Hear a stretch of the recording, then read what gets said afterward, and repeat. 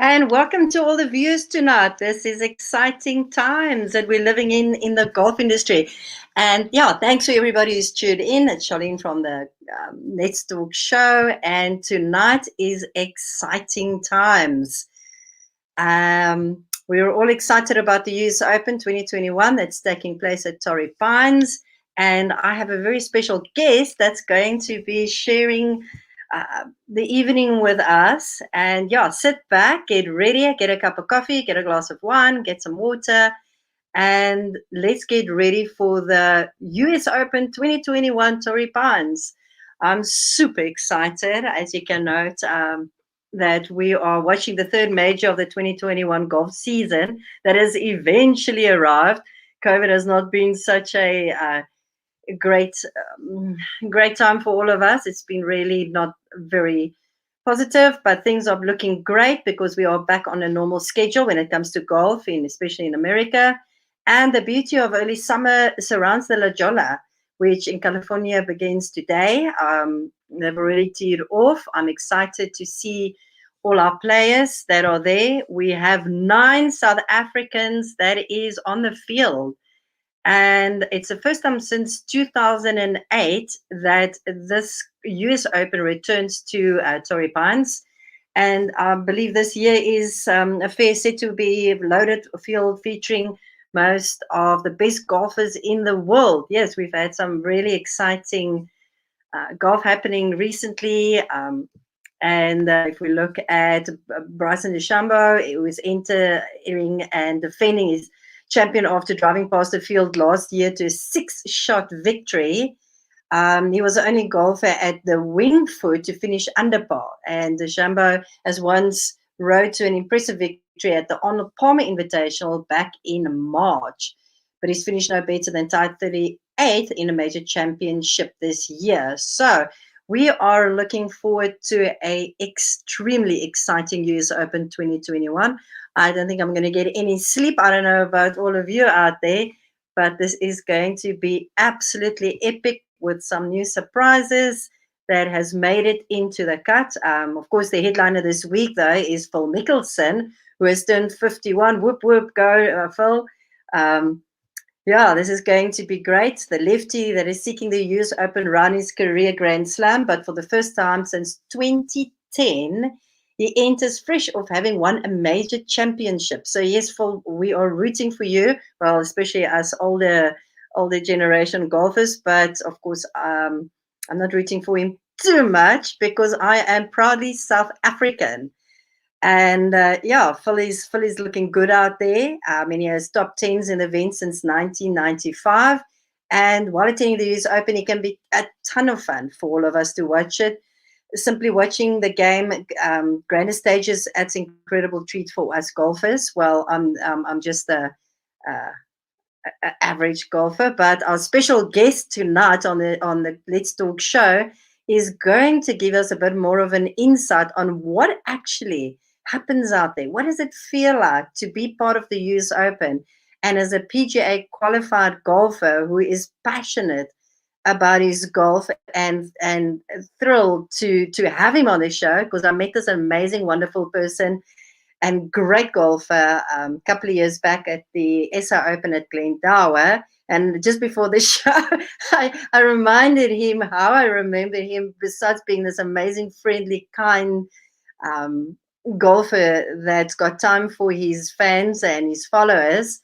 And I remembered him in the 4-ball, which I'm not going to remind him now how I remembered in that moment. But he was just still so positive, even stuck in the bunker there. And what a champion, what a legend. And I would like to introduce to you our guest for tonight, the great and wonderful South African golfer, James Kamte. Welcome, James, to the show. And thank you for your time. I know you've just come off the golf course not so long ago, and I can see you still in the golf apparel, and right behind you there's some golf clubs. So welcome, James. Having me on your show, and I'm quite excited as much as you're excited.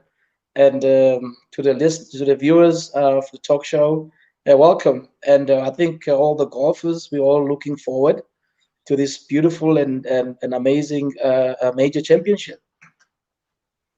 Yes, thank you. Thank you for being with us tonight. So you can sit back, James, get your cup of coffee out there. This is going to be a long night. I hope I the can putts are imagine. I falling can for imagine. our nine players. I hope they are in shape and they've been working hard. I'm rooting for a South African to be there right in the top three, top five all the time. That means no sleep, of course, for us, either way. And thank you. Yeah, you've been practicing a lot, and we're going to have a lot of conversations still with you about your career, where you're going, where you've been, and James, a little bit about yourself. I do know, a little bit about your history that you qualified to play in the US Open in 2008, if I correctly remember now. Nine, Remember correctly? nine, 2009. 2009, you played the US Open, and that was at what course that you played? We played Bethpage Black in Long Island in New York. And absolutely incredible. And if I look at your history, you've been all over. You've had some great wins. You've had some exciting places. You've just where you come from. You're at St. Francis Link. You remember there.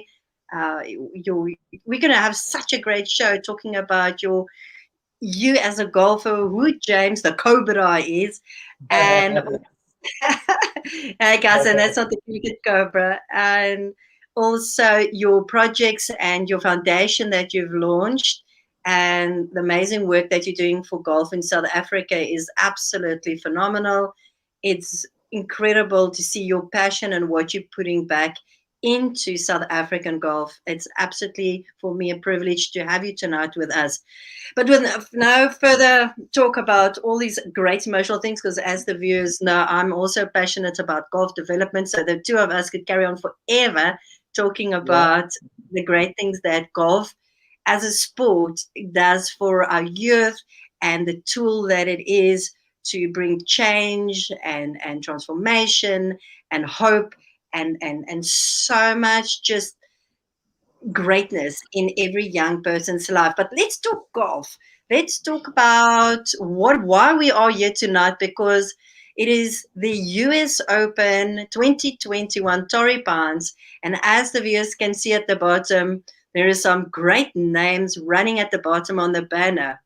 We've got Eric van Rooyen, Dylan Fratelli, Charles Schwartzel, Thomas Aiken, Brandon Grace, Christian Besaidenout, Garrick Hichu, woohoo, go Garrick, Wilco Ninaber, and of course the legend himself, Louis Oosthuizen, of course, one of my all-time favorites. I really enjoy watching Louis. And yeah, those are the guys we are rooting for. Those are the guys that we are going to be staying up for all night, watching them. Some of them have already teed off. And I see, if I have a look here at the um, tournament details, the leaderboard, we've already got a South African that's teed off. Wilco is tied 13th already. And we have got teed off also. Let's have a look here. Poulter is still to tee off. And we've got, it's going to be a late night. Eric is only off at 21:52. I hope it's strong coffee there where you're staying. I believe you're on holiday. Yeah, it's gonna be a late Where are night. you, Sorry. James? Where are you on holiday? Oh, I'm out here in KZN in Durban. Um, just taking time out. Need to work out a little bit. Also, here for my friend's golf day. Just supporting him. You know, he lost his father a couple of months ago, so he's doing his father's golf day this week. So I'm out here to support his golf day. He's been a great guy in my life, and I have Pat. I'm here with Pat anyway. Pat, my caddy, is here, so he's here to accompany me so I don't get bored. So yeah, I'm out in Durban. And Yeah. the weather's perfect out there, of course, this time of the year in Durban. It's always summer this time of the year. Oh well, it's only summer. It's only summer only when during the day, but right now it's pretty chill outside. So I'm happy to be indoors. I see we've also got Christian Besaidenout. Besaidenout. I start sounding like an American. Besaidenout. Teeing off at 21:52. Charles is off also on that time. And then Garrick off at 10 o'clock, 3 minutes past 10. And we've got Louis off at 22:47. That's a nice late one. Brandon also off 22:58. And that's our South Africans. So we are up for a late night of lots of amazing golf. Tell me, you that has been out there playing in all these, the European Tour, Sunshine Tour, you've been to the US Open. I think from someone like yourself, you can tell us a little bit more about, first of all, what happens out there. You out there, you know you're going to be teeing off later on. How do you prepare yourself for this great event? Oh yeah, it starts on a Monday or Tuesday, the day you arrive. Um, Especially big events like these ones, the major championship. You need to be as calm as possible as you're approaching the event, because it's like a big event, one of the biggest tournaments in the world, and we play golf, and we 10 professional golfers, and these are the tournaments we want to play. Not just play in these tournaments, these are the tournaments we want to win, and this is why we play in golf. We dream big to play in these major championships. And I mean, you can imagine all the guys that are out there playing this week, and nowadays it's so difficult to pick a winner because all these guys are so good. But I can tell you right now, the most calm and mentally prepared for this week, especially when it's a U.S. Open, I think it's a person that can do well around about on these major championship. So a lot of preparation for this week. It goes a lot more on your mentals, on how you set yourself mentally for the week, and to make sure that you are fit enough mentally to last for 6 days, because it's a long event. It takes long to play, and the golf course is always in a difficult. It's always set up difficult. So if you are mentally okay for this week and you got a lot of patience, it's a great week for you to play. Especially the patience and, like you say, the mental resilience that you know that you need so much, because things can go wrong. This course does not look difficult. It doesn't look easy. You don't know what to expect. It can have a lot of wind coming off from the ocean. It's a municipal course.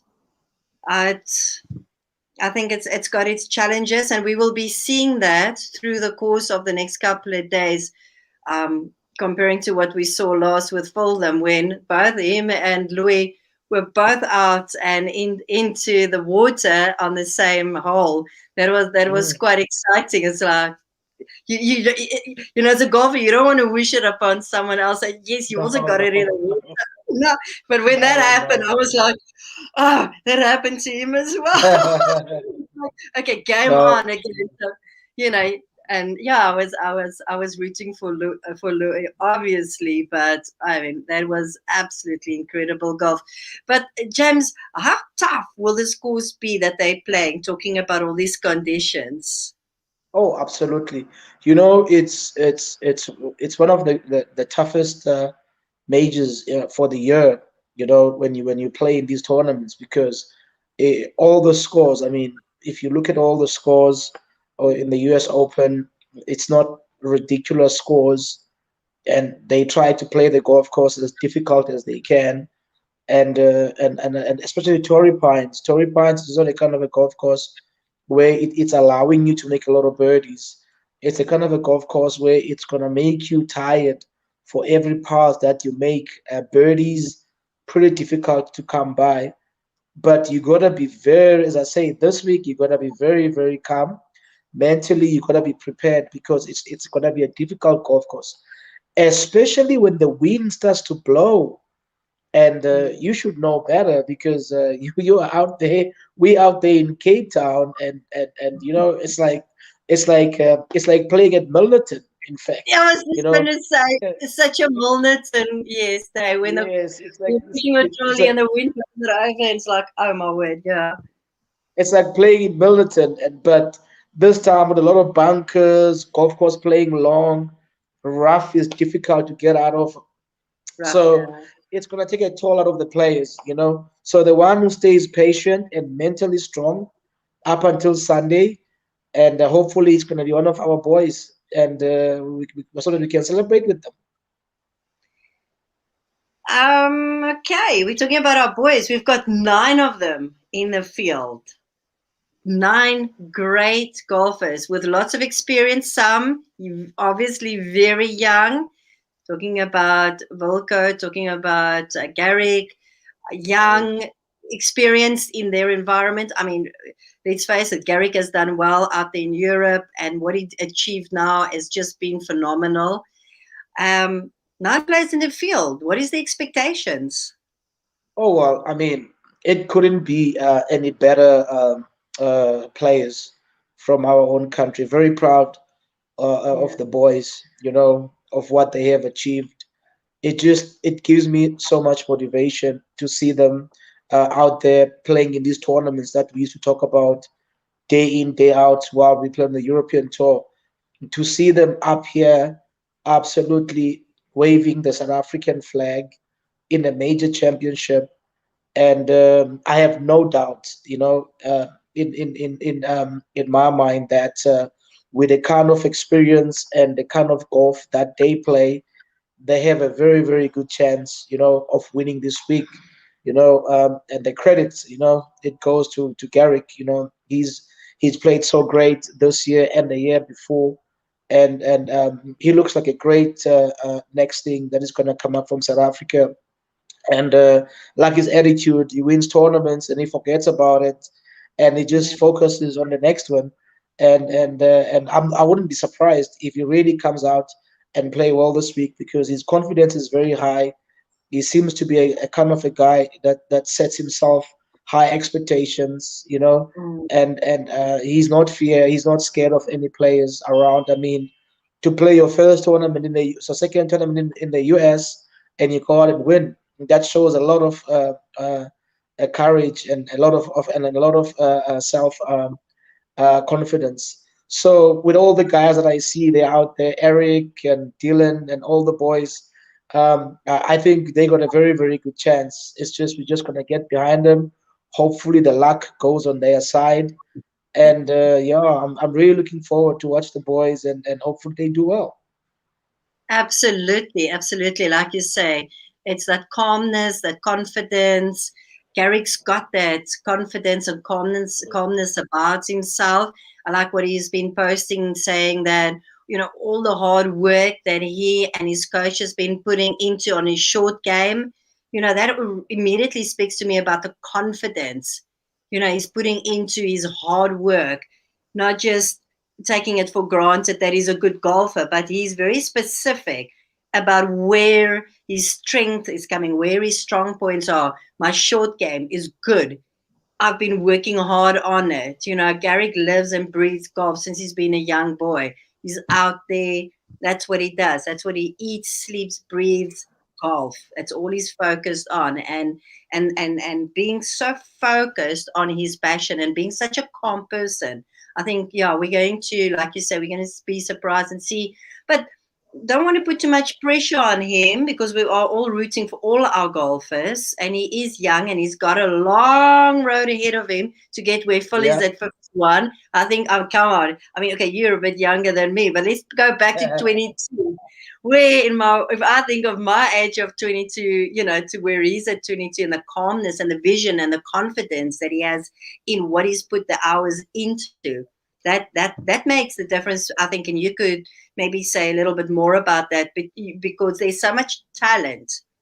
A lot of golfers have talent, and working with golfers and young golfers myself, not in the sense of coaching or any of that way, but in a different way mentally, and seeing the difference between a good golfer and a good golfer is, like you say, it's the mental challenge. I mean, I look at my own kids where the two of them has got talent, but the one can carry on, whether she has been, had a 12 shots on a par four, where the other one would, on 12 shots, would walk off. Where the one of 12 shots on a par four would say, I can fight back. I can do this. I can stay calm. So it's such a mental game, golf. It's just absolutely incredible. But I think what we're going to do is, while you tell us a little bit about more in the dreams and the visions of all these players that's out there and the expectations, I'm going to see if we can quickly switch over to the live streaming and see what's going on there. Let me quickly see, where are we with the leaderboard. I can share a little bit of the live show. Yeah. Mm-hmm. So I think we need to do, when we can all travel again, I think it's time that we all go and travel. And somebody said to me on Facebook yesterday, we are definitely want to go and see some golf in America. And I hope that can happen for all of us pretty soon again. Okay, what is going on with the live sport on DSTV? Sport. No content. Oh, here we go. Here we go. It's coming on now. Let's see what's going on. And the 121st US Open at Torrey Pines is coming live on the Let's Talk show with James and Charlene is talking golf. How does that sound? Like fun, eh? From a good fit in comparison. That's what I do better. Although had 6 majors, 9 total wins on the PGA Tour, had 30 European Tour victories. So won a bunch in Europe. A handful of those. Now live Opens, to our viewers. Of his 6 wins in the U.S., we were Green Jackets. There we go. Let's see what's going on here. Peter Manky says, hello, James. Do you remember Peter Manky? Peter Manky. Oh, absolutely. Yes, yes. Says hello to you, and some other viewers saying hello, great, wonderful. Thanks, guys. Keep the comments coming in. If you've got any questions to ask James, please put it onto the comment section, and we can get your answers to you. Let's share a little bit of what's happening out there. Really straight. It must be nerve-wracking. I think he pours this one right in the middle. I like his chances. Trip Eisenhower lock on the 14th.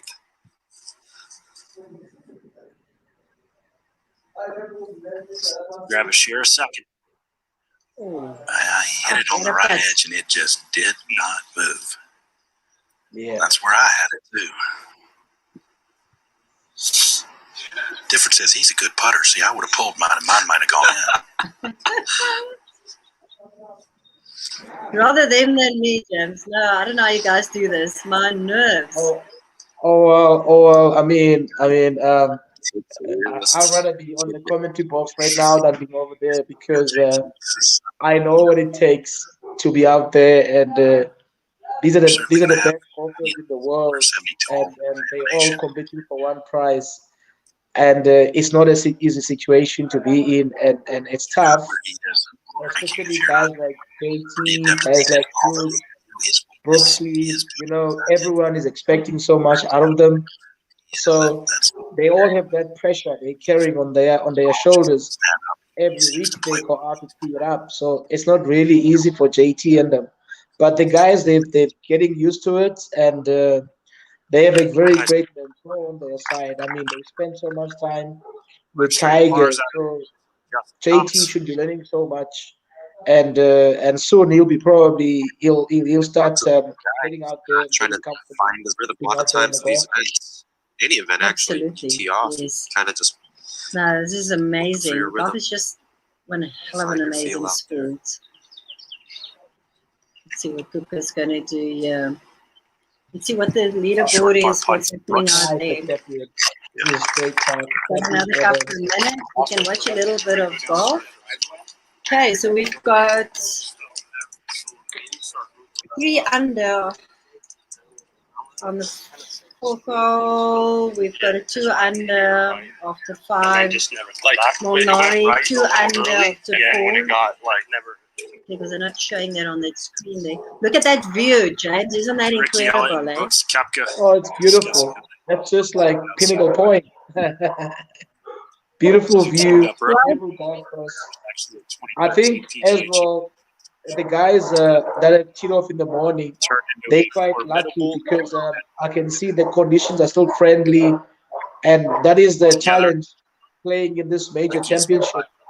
The lack of the draw could be good to you, could be bad to you, but I can see already the guys who actually played this morning to post an under par score on this course at the moment. It's a pretty good score, and whoever is 1 under, Matthew will need to keep that score there for the rest of the week, and that could be the winning score because the golf course is really playing difficult.